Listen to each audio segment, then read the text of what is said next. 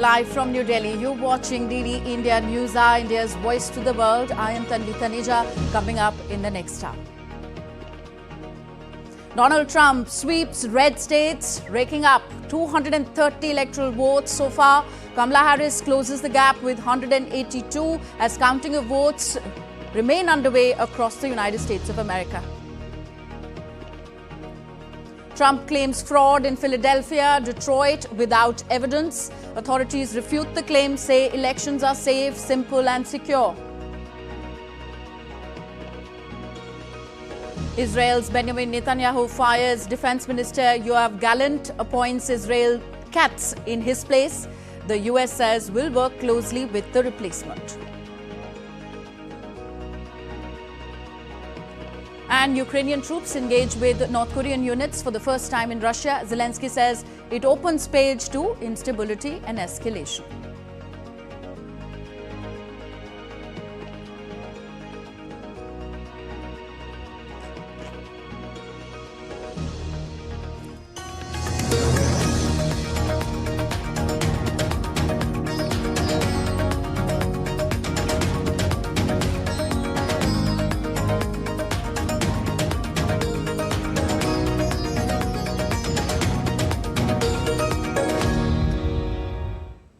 So let's get you the latest on the US presidential polls first as the race to the White House nears the finish line.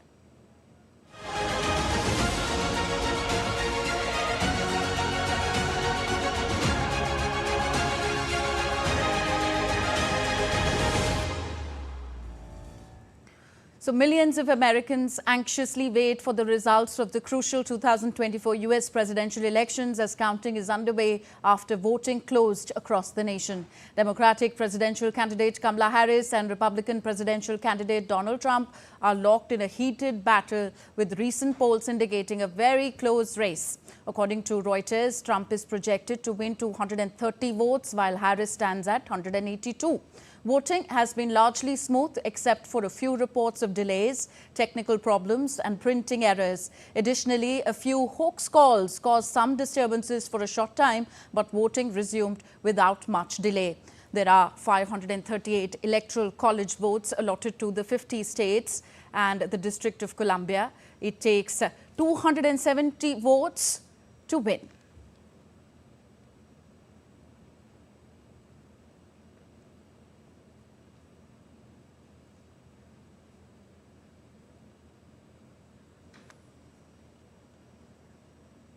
US media have thus far projected that Trump has won in 23 states, including big prizes, Texas and Ohio, key battleground North Carolina state, and other reliably Republican-leaning states. The outcome remained uncertain in 6 other swing states expected to determine the winner. Harris has so far captured 12 states, including big electoral vote prizes, California and New York, as well as the US capital, Washington. The magic number to win the presidency is 270. Observers expect the hotly contested race for the White House to come down to a handful of key battleground states. No matter who wins, history will be made. Harris, the first female vice president, would become the first woman, black woman and South Asian American to win the presidency. Trump, the only president to be impeached twice and the first former president to be criminally convicted, would also become the first president to win non-consecutive terms in more than a century.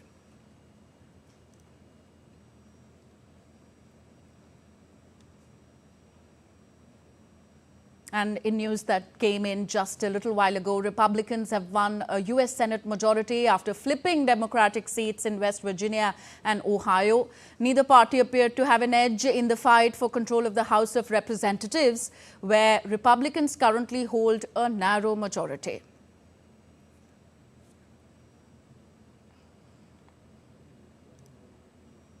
And now we are joined by Rajiv Nayan, Senior Associate Research Fellow, IDSA, for giving us more perspective on the polls so far.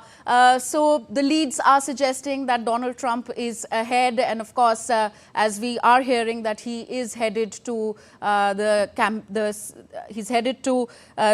Palm Beach, Florida Convention Center to address supporters. So how do we assess it? Is he thinking that he's winning it, and should we take it as a projection of his win?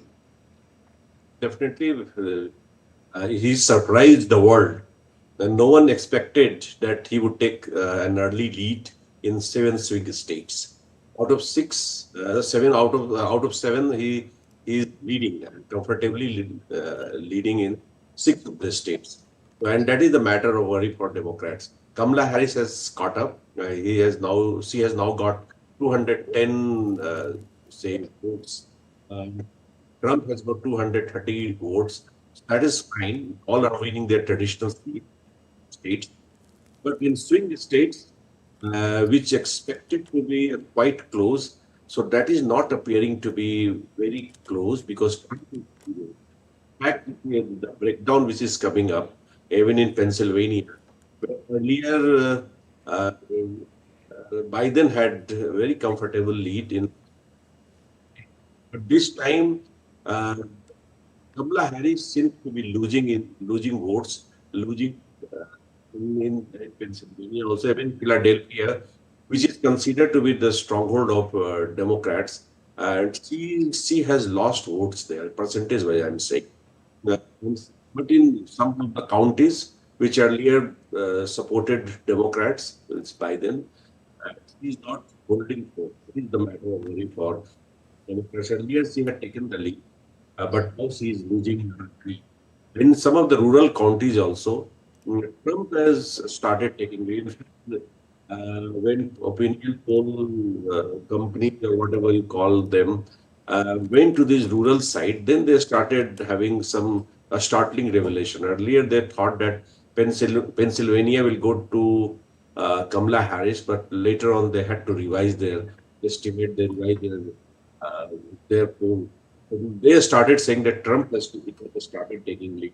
Yes, so according to the latest trends available, we are seeing Trump now ahead in 246 seats and Harris at 182. No, she has caught up. Now she has got 210 seats. So that is, she is also catching up. But swing states, I think, will make the difference. And it seems it has started. North Carolina has already been won by Donald Trump, and that has really started a very gloomy mood in waves in the Democratic. Other states also, their situation is not very great. In Nevada, only 4% of votes were counted, and Trump had taken about more than 70% of votes. So these are not very positive indicators for Kamala Harris. Yeah, and the Republicans have reportedly won control of the Senate. So even that is a disappointing news for Kamala Harris and team. Great indicator of the mood of the people in the United States. It seems that economic factor really worked. And Trump convinced, because the way dollar is surging, the stock markets has started coming up, and it was also there was uncertainty in the stock market of United States or elsewhere also. Even in India, you found stock market crashing.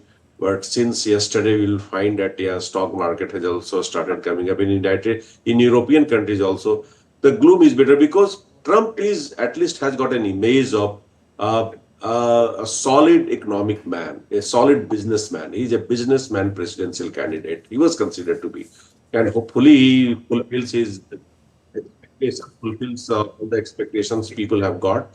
So this has worked. So this is what we are understanding has really pushed Kamala Harris a bit. But see, it is not even too early, but if it is not too late, also it is race is on, fight is on, but it seems it is tilted towards Donald Trump. So, and what about the mail-in votes? They'll be counted at last. Do you think that they can, be the reason for a come from behind win for Kamala Harris, as it was the case in Joe Biden last year? Yeah, this is what people are expecting and hoping. and that this will make the difference. But you never know where the things will go, because now in Nebraska, Donald Trump has won 3 votes. Last time it was in favor of Biden, at least 2 of them. So means he is winning some unexpected votes. So this is a matter of great worry for Kamala Harris camp, or you can say the Democrats camp. So Trump is, yeah, he has won the, as all the media channels or media or the leading media all are showing that he won the first round. So yes, it seems he has won the first round, and the way he is moving forward, I don't think it seems he will be the. It is too early again, I will say, but may be the president of United States of America. And now, because he's winning, he will not challenge the results, certainly. Obviously not, but yeah, people expected that before even counting of results, he will declare himself a winner. But this time, at least, he did not do that. And Kamala Harris camp, I talked to some of the people yesterday, and even including his uncle, who was earlier worked with us. He said, what are your expectations? But all were skeptical, and all were saying, yes, we don't know. Even if she wins, Trump challenged that. So all were believing, or all were thinking that the real result will come out at least a month after, when all the court cases and all are resolved. Well, we can think of having a proper result in United States. But it seems now they don't have to worry about that. The way Trump is surging ahead, I think it is the trends are indicating towards Trump's presidency. Okay. And now, if Donald Trump does eventually win, will he have the power to end the federal investigations against him? $1 billion question, and definitely he will try. If he doesn't do it, then he will no longer be a president. So suddenly he will put his legal experts, legal pundits on the job, and he will try to get it changed. And in fact, we glorify American democratic system, the judiciary, rule of law. They do that.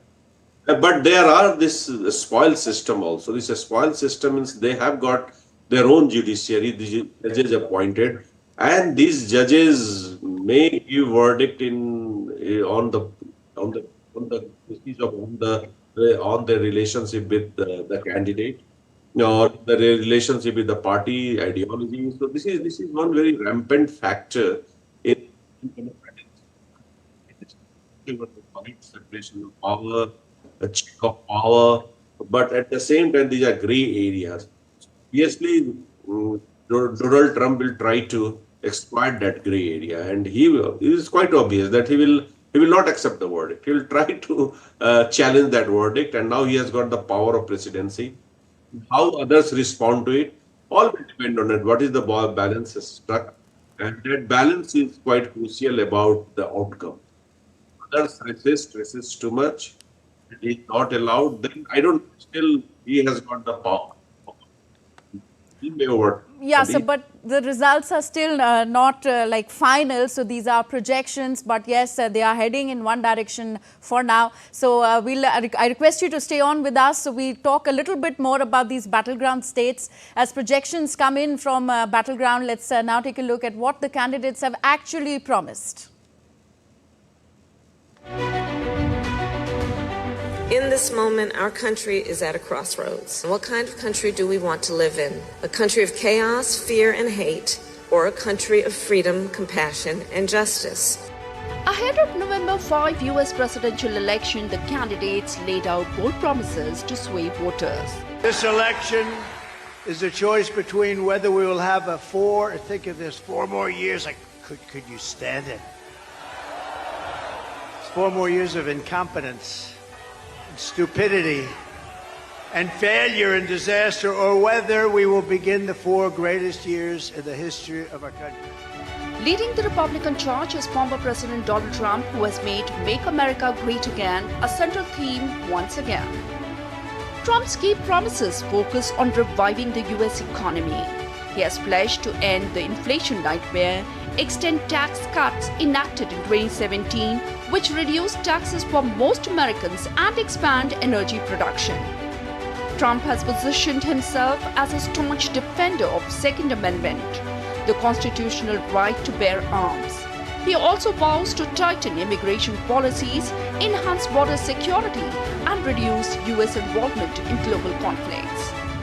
The Democrats' nominee, Vice President Kamala Harris, has placed emphasis on social reforms, housing, and healthcare. Harris has promised to accelerate the US shift toward clean energy, building 3 million homes in next 4 years, and providing affordable healthcare for all Americans. She has promised bigger tax benefits for families, but would offer the cost by raising corporate taxes. Harris has made preventing gun violence a key pledge. In terms of foreign policy, Harris pledged to take a more diplomatic approach to global conflicts, focusing on multilateralism and climate diplomacy. These promises will not only shape the domestic policies of the US, but also have significant global implications. But how does the voters see these promises remains to be seen. Bureau Report, DD India. Meanwhile, with the counting underway, Donald Trump has claimed massive cheating in Philadelphia. Trump said that there was a lot of talk about massive cheating in Philadelphia after Pennsylvania's largest city posted exceptionally high voter turnout. The former president provided no evidence, even as he claimed that law enforcement is coming on his Truth Social platform. Refuting the claims, Philadelphia officials said that there is no smoke to it.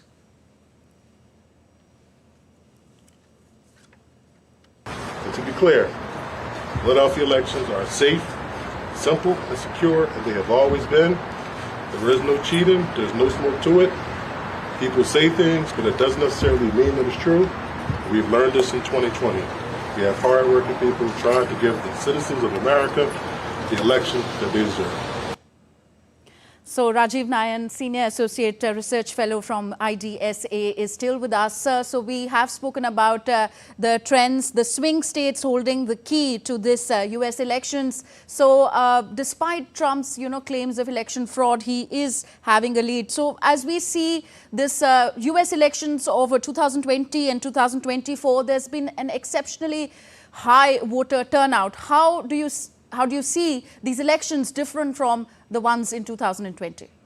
Definitely, it is quite enigmatic. When the high voter turnout came in, we all expected that Kamala Harris will have a better say. But somehow what we find that Donald Trump has got the A's. And why? This is the question which I think we all are asking. Why it has come so? So it seems the media, the leading media houses, or you can say the mainstream media of United States, projected Kamala Harris. At the same time, the Republican camp, they went to the people and they have got their own propaganda machinery, propaganda instrument, and quite good also, where educated people generally don't reach out or they don't go there, especially working class or people who are not very well off. So reports were coming, in some of the news media were reporting that Trump is sending or telling them, sending the message that, okay, so Kamala Harris is going to open the border, all the Republicans, all the Mexicans or say Latin Americans people will come in, people from other parts of the world will also join in. So your jobs will be affected. Even if you are a Latino, what happens? You are there in United States for your economic well-being, your own individual attainment. So sometimes what happens, you forget about your ethnic loyalties, your ethnic background. You say, okay, I am going to be affected because of this opening of the border. So better we should be aware of the president or the party or the group that is advocating opening a border which will affect my job prospects. In fact, employment is a major issue in the United States. In the presidential election also, somehow it appeared subdued. But for the ruling party or even for the government administration, it has been struggling to overcome this problem, major problem. In fact, if you recollect, Very recently, the US government cut down interest rate, which sent a very positive signal all over the world. I mean, before it cut down its interest rate, European Union had also cut down its interest rate, just showing, demonstrating that yeah, they are slightly confident about inflation. But the question mark came, yeah, are you confident about unemployment? So there was no answer. In fact, when the interest rate was down, on inflation, they were hopeful to have contained inflation. But on employment, the government and the when questions were asked to the officials, and they did not answer properly. So, a major factor in the rural counties, remote parts of United States, which are generally not captured by the by say even not only the mainstream media, which we generally read or tend to read, but even by those who are those who conduct opinion polls or exit polls, or in fact, but when they started going down deeper, then they started realizing that the what is projected in the cities, in the towns, uh, is completely different from what is the situation existing in the rural counties. So people have got this economic issue in their minds. What will happen to them? Because they went to United States, leaving everything. Even Indians, they don't go United States to exercise their democratic rights. They just go there to have a better life, or they prosper there in that country, because this is a country of opportunities. There is no doubt about it. So all over the world, people go there. So because they want to secure their position. So I think that played a major role in this election, which was which was noticed, which was underlined, but it was not emphasized properly. So I think that is coming up. UK people, economy still matters. Whatever you say, it is not. It is economy stupid. Many people talk about. So I think it is the economy stupid which played the major role in consolidating uh, Donald Trump. In fact, when Biden had come, there were many factors which really brought Biden down, and Trump really was moving quite fast. And Kamala Harris, to a great extent, arrested his fast rise and somehow checked his electoral, we can say, growth. We were expecting that she would perform. She has performed, no doubt. Like, she has consolidated, she is fighting. But in swing states, yeah, it is quite surprising. Even in the Democrats' fold, she is losing votes. That is a bit surprising. Why she is losing votes? It is she is scoring less vote than Biden in some of the election, some of the results which have come in some of the counties, especially in Philadelphia. Philadelphia is a stronghold of Democrats, and all were expecting that Kamala Harris will be taking more than 75% of votes. She will be garnering, and but there also she was scoring less than 70. She's still there. That's why you can see Trump challenging Philadelphia, that he is not accepting Philadelphia, because he feared that Philadelphia may change the tilt. The gain which he has made in the rural counties may be neutralized by Philadelphia voters. And there are two, three more areas, counties where Democrats have got support base. And if this support base really comes out as we are expecting, that higher turnout could be of Democrats. This is what we expected earlier, but it is proving out to be a turnout for Republicans. So we don't know, but yeah, the trade indicators are showing so. Indicators are demonstrating that yeah, the Republicans and Democrats have taken the lead, and they have got an edge. Yeah, request you, Rajiv sir, to stay with us as I also bring in my colleague Anil Thomas on the latest trends. Swing states trends are now showing favors for Trump in Georgia and North Carolina. Anil? Good morning, Tanvi. Well, very much on the expected lines. North Carolina 2020, a repeat of what he managed to win. Of the 7 swing states, the only swing state that Trump had managed to hold was North Carolina. So he's managed to retain that. A flip in Georgia is something, that brings smiles to the Trump camp, and that's indicative of the fact that Trump is expected to speak in a short while from now, while the Kamala Harris team, along with the Democrats, have called off their speech for the day. They are expected to come back tomorrow, and Kamala Harris is expected to speak tomorrow, is indicative of the swing state that he's managed to capture in Georgia. I think you will see a different Trump altogether when he comes out and and he addresses his supporters in a short while from now. But remember, Republicans have always dominated on that particular seat in Georgia. If you look at the history from 2000, all the elections that Georgia has seen, it was the only time in 2020 that Democrats had flipped that seat. Joe Biden had flipped that seat. So it's historically been a seat that the Republicans managed to hold.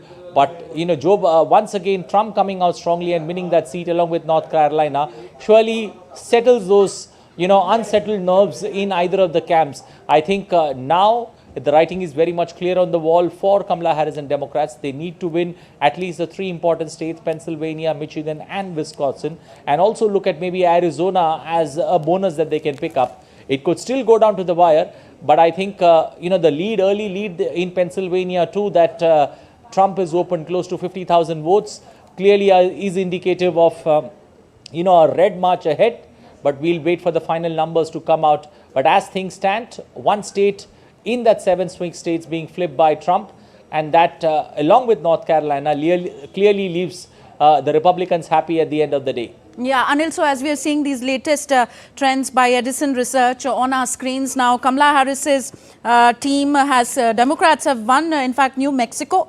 So it takes the total tally for Kamala Harris to 187 now.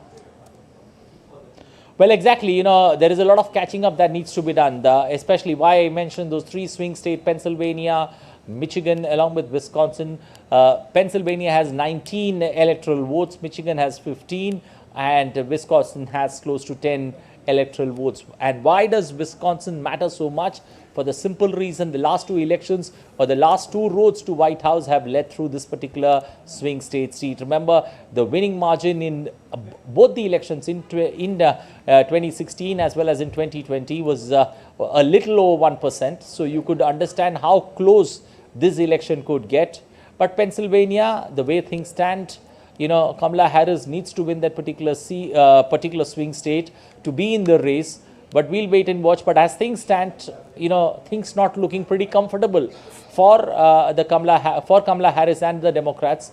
But I think once the votes are counted, the entire votes are counted, we'll get a much clearer picture. But as things stand, it's that fight for the conservatives. As many said, this particular elections is the fight for the conservatives, especially Trump and the policies that he, thought that he could, that he promised to deliver.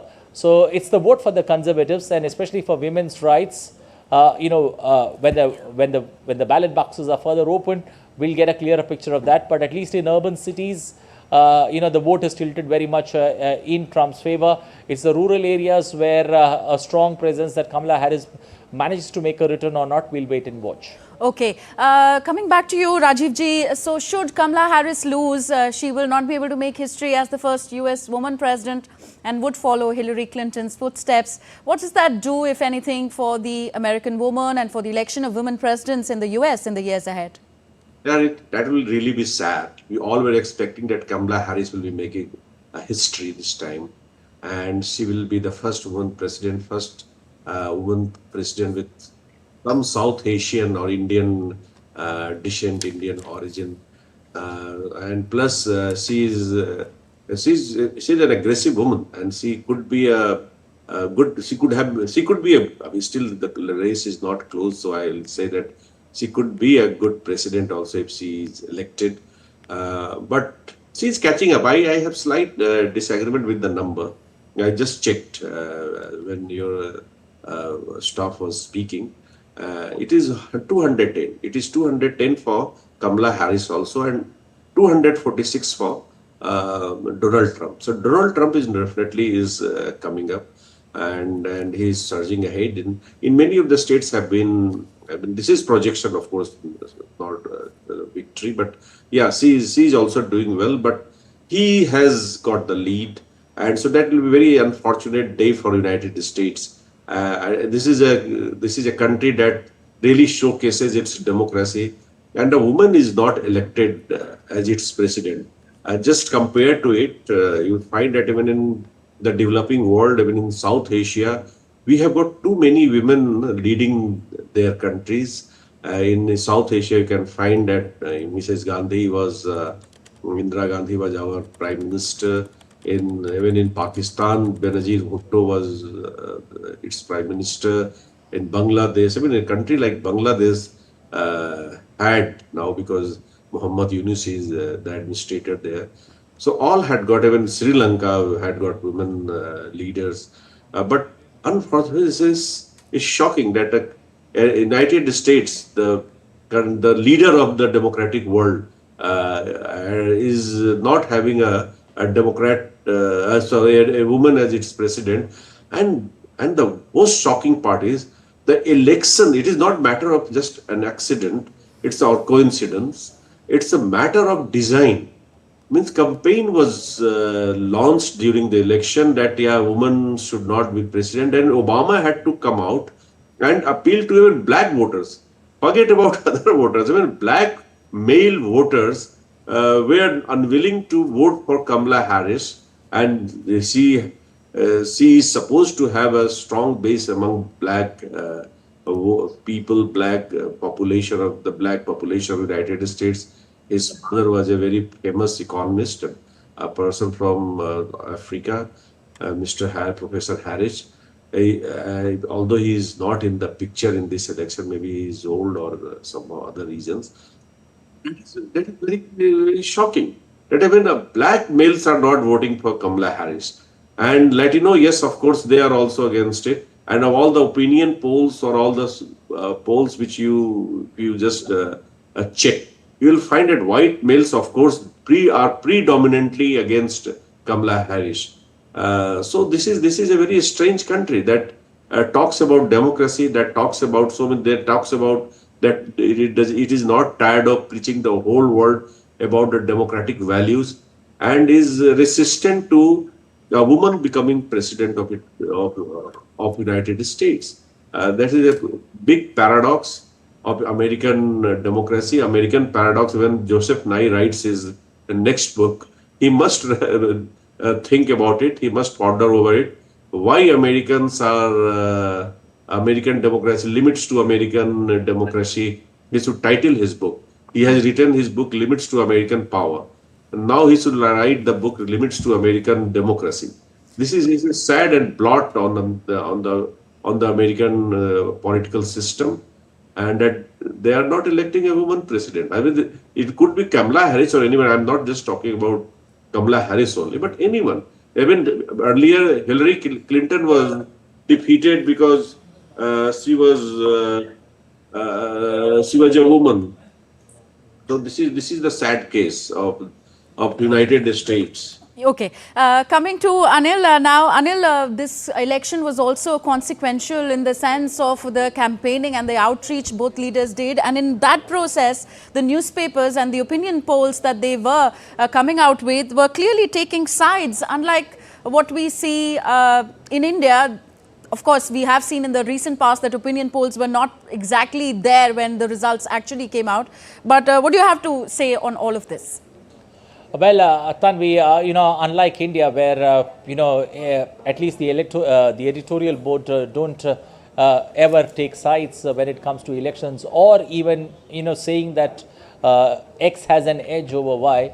In America, the editorials very much take a position because it's opinions and opinions that help people decide. So in that context, in America, you would see that newspapers, at least in the editorial, take this position, and it helps to a very large extent, at least the readers who are undecided, who are fence sitters, to maybe take a call on that fine print that they read and they understand from those editorials. Having said that, look at 2024 elections. Fewer newspapers have endorsed either of the candidates. When you compare that with 2020 or 2016. There have been many editorial boards that have faced a lot of log jams, especially when it comes to backing Trump or Kamala Harris. But all in all, one takes a look at the editorials and the support that Kamala Harris has got. She's managed to get an edge with close to 80 newspapers backing her and close to 10 backing Trump. But having said that, exactly the opposite was what happened in 2020. But this time around, we'll wait and watch how things pan out. But clearly, purely in terms of support that newspapers and editorials have extended to both the candidates in the presidential race, Kamala Harris holds the edge, Trump not. But the results and the early indications that we've got, the projections that we have got, indicate a totally different picture. We'll wait and watch how this particular election numbers as they come out, as the race for the White House becomes clearer and better. But we'll wait for the swing states. The only two swing states, the results we have got, one is swung in Trump's favor. Can Pennsylvania be the decisive factor? Because that's where in the 2020 elections, it almost took 4 days for the results to come. Are we going to see a repeat of that this time around? There have been, at least in 4 swing states, there have been security threats, bomb hawks calls that have been made. But all in all, the security agencies have done all that is necessary to see to it that the voting process has been smooth and people have been taken to different places so that the voting process could be completed. But having said that, this particular elections, the 7 swing states could hold the decisive, between the red and the blue on who takes the march towards White House. On that context, this particular election is one of the closest elections that America is witnessed and the world is enjoying. Indeed, a very close fight happening there, and the 3 blue wall states still holding the key. Coming to you, Rajiv ji, from India's point of view, what are the pros and cons of Kamala Harris being elected president versus Donald Trump being elected, especially from the economic and security aspects? We are comfortable, at the same time, so we may have problems. So I think we should be ready for that. Kamala Harris, yes, she is a Democrat and she has got her viewpoints on human rights and many other issues. She did not get along with the American administration on its recent steps, or you can say moves on Khalistani militants, terrorists, whatever we call it, and they become community leaders. That is sad part. This is one part, but otherwise, Biden administration, and we expect that if Kamala Harris wins, let us assume that Kamala Harris wins, she will continue most of the policies, I will not say all the policies, because she is slightly harsh on Israel, and her policy may have a little bit of change, not much, but some changes on Israel. But on China, at least I find Biden better than Trump. Trump was aggressive, and somehow he started a trade war with China, but Biden continued it, and he continued it in spite of. Earlier, when Trump was president, on Pakistan, we found his stand changing almost twice a day. So that was a matter of worry. The Indian government had to manage to just put him on place. Rajiv ji, there's a little bit of a problem with your audio connection there. We'll come back to you as we fix this. Yes, so let's talk a little bit about how the stock markets have, traded today. Stocks extended gains, treasury yields jumped while the dollar hit the highest since July as early returns bolstered trades that have for months risen with Donald Trump's election prospects. So with polls closed in more than 2/3 of the states, S&P 500 futures were up almost 1%. US 10-year yields rose 12 basis points to a 4-month high, over 4.39%, and Bitcoin rallied 3% moves that together bore the imprint of trades linked to a Republican victory. While results were still being collected and polls remained open in 9 states, the ex-president's odds of election were climbing on betting markets and on national forecasting sites such as Decision Desk HQ.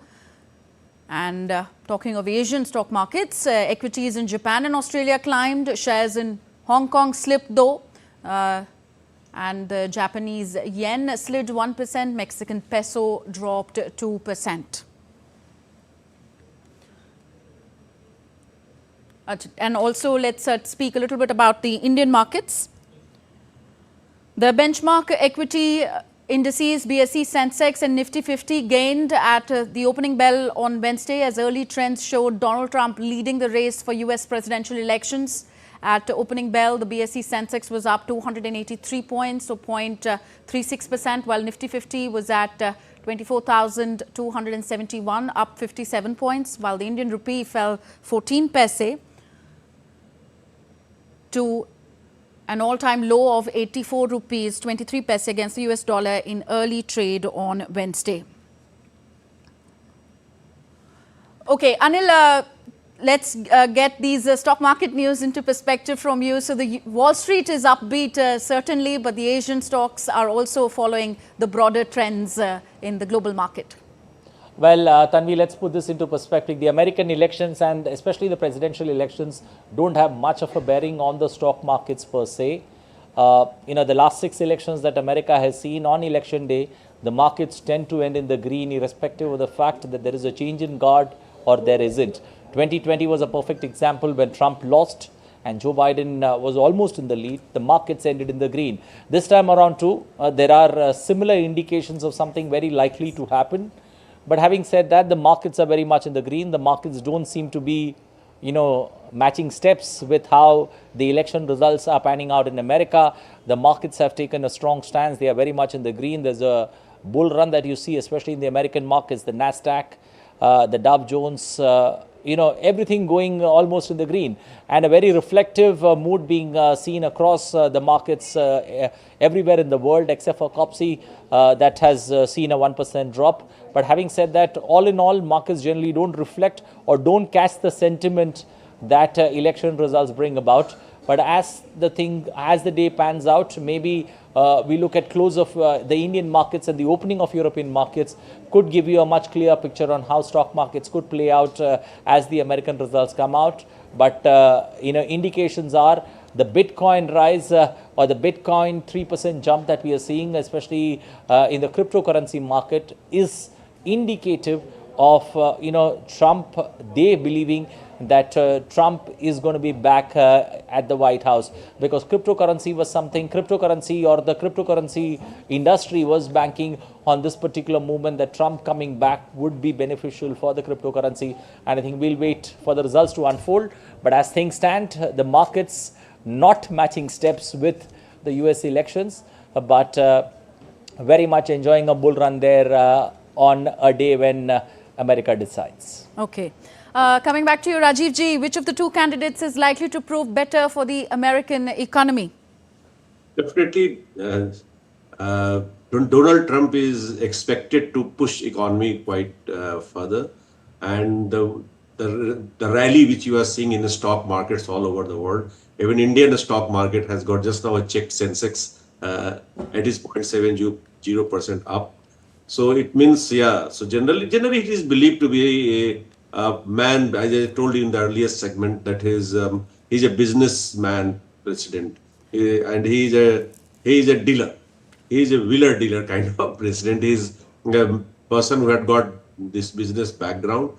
He knows how to cut deal. If you can recollect, he asked even European countries that please pay for NATO, please at least have 2% less, not less than 2% of your GDP should be contributed to the NATO budget.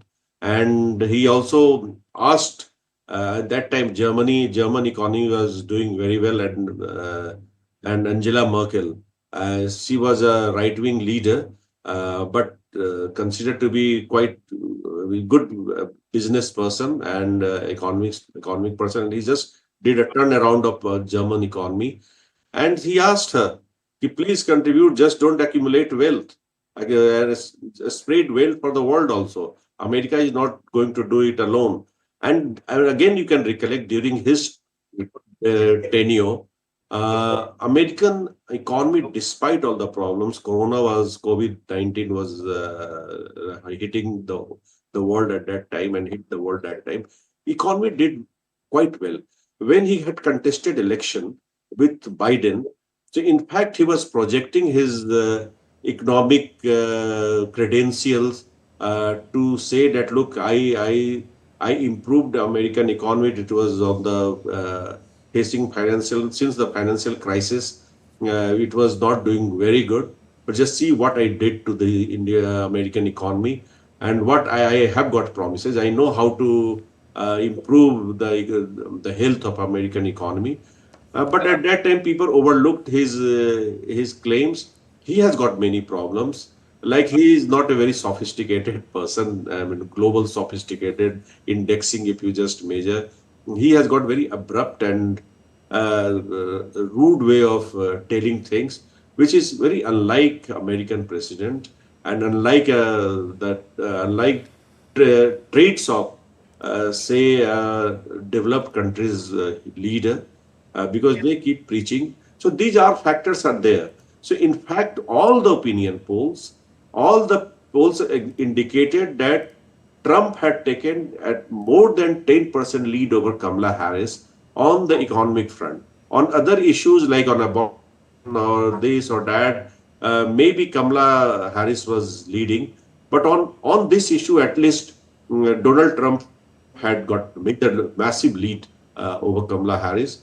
And I think that is this is what I told earlier. Yes. I think this clicked. This clicked among American population, and they thought that okay, the other things are fine, and we'll think about other social issues, social and other. But at least we have to be comfortably placed at my place. He's also promised that I will bring inflation down, and that generally happens all over the world. So after all, it's about pursuing the great American dream, isn't it? Right, right. So, and comparing what had happened during his time, during his presidency and price now, and that in fact has gone down quite well among people there. So they started believing it, and many not I'll say opinion polls, but even many write-ups, even those who were sympathetic to Democrats or Kamala Harris, started acknowledging the fact that he is starting having a better chord on this particular issue, and he's striking a chord with the population on the lifestyle, on the cost of living, and growth, employment. So all these things are very important in any society, even in Indian society. The last prime minister, parliamentary election, we found that employment was also a factor. So it is a global phenomenon. So Americans are not just different. So they are also there. And as I told you, this is a country of immigrants, and they go there not to pursue American democratic dreams. Some of them, yes, those who are in exiles and those who ran away from authoritarian states, they may be having. But in general, I am saying predominantly people go there to cherish or to realize their American economic dreams, better opportunities, better life, job prospects, and that's a reality. It's a stark reality of the American society, and of course, there's many of them are American voters also. They get citizenship. You cannot get citizenship so easily in many other parts of the world, especially West Asia. There are many of our people there in Gulf, but they don't have political rights. So in the United States, the world people go from all over the world, and they enjoy their political rights also. They vote, they contest elections. Kamala Harris is demonstrating that what an immigrant can do there. But yes, there are limitations. That limitations are also coming to the surface in this election results. That the American democracy is not perfect, but it is a very good democratic model, no doubt about that. But limitations we also have to take into account. Yes.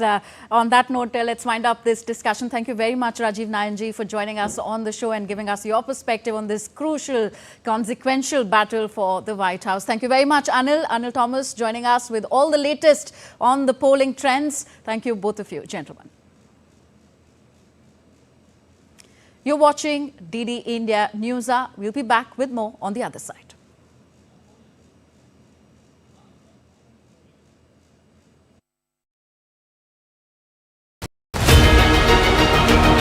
Who will be the next president of the US? America decides. DD India reports from ground zero. An election on razor's edge. From the economy to democracy, the stakes can't get any higher. It's Kamala Harris versus Donald Trump. In Washington, D.C., I'm Shubhendu Ghosh tracking Kamala Harris's election watch party.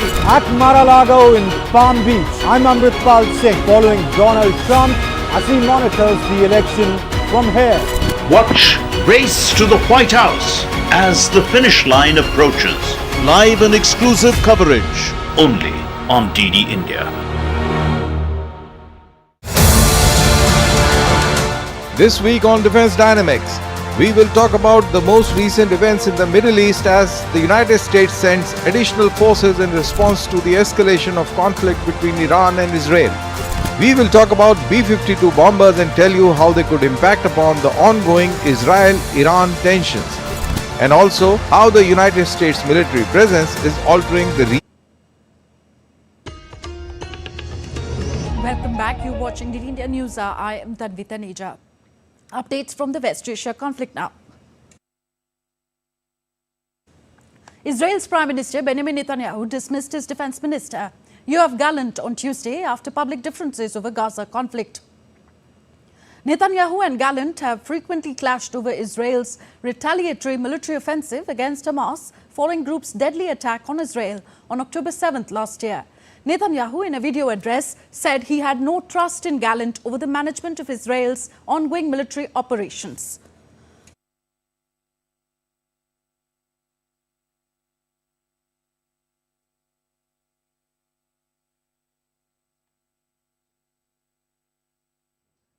In the midst of a war, more than ever, full trust is required between the Prime Minister and the Minister of Defense. Unfortunately, although in the first months of war, there was such trust and there was very fruitful work, during the last months, this trust cracked.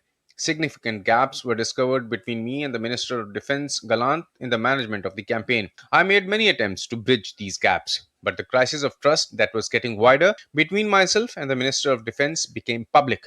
And this crisis does not allow the proper continuation of the management of the campaign. Meanwhile, sacked Israeli Defense Minister Yoav Gallant on Tuesday called on the government to bring home the hostages in Gaza while they were still alive. Gallant said he was fired from the Israeli Prime Minister due to disagreements on Gaza conflict. Following his dismissal, the 65-year-old Gallant vowed to continue working to ensure Israel's security.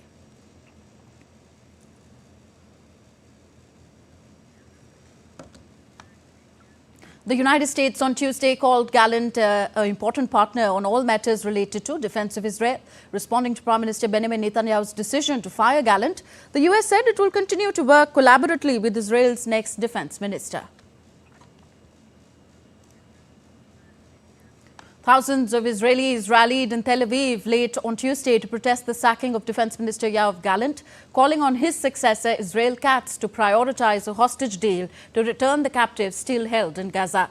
An Israeli group campaigning for the release of hostages in Gaza on Tuesday expressed deep concern over the sacking and urged Katz to prioritize a deal to free the captives.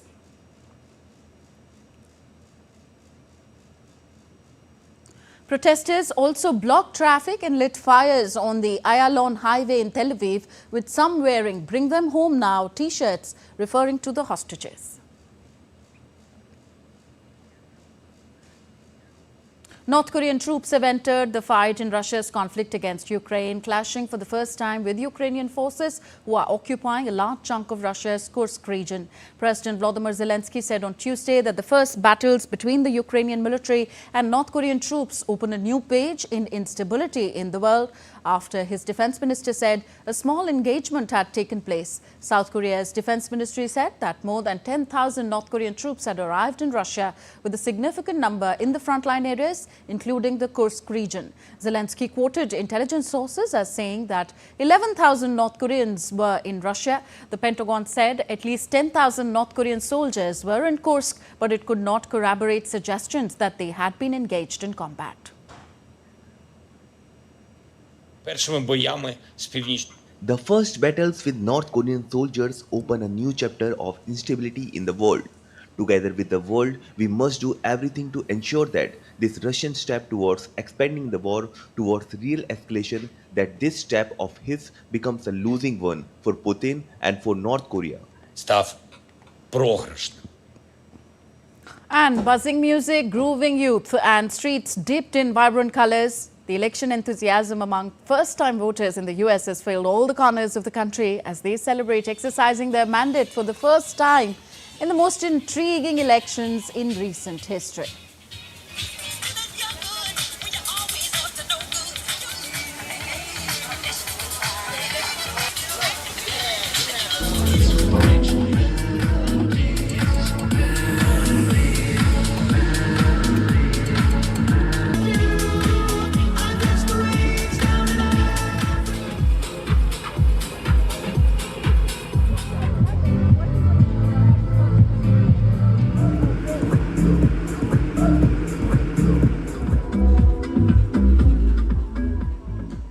That's all for this edition of DD India News Hour. Do let us know your thoughts on the news of the day. Connect with us on our different social media handles at DD India Live. And for those on the go, you can catch all the latest news and updates from India and the world on our DD India mobile app. The app is available on both Android and iOS platforms. So we'll be back with more news as it breaks here on DD India. I'm Tanvi Taneja. From all of us here in New Delhi, thank you for watching. Namaskar.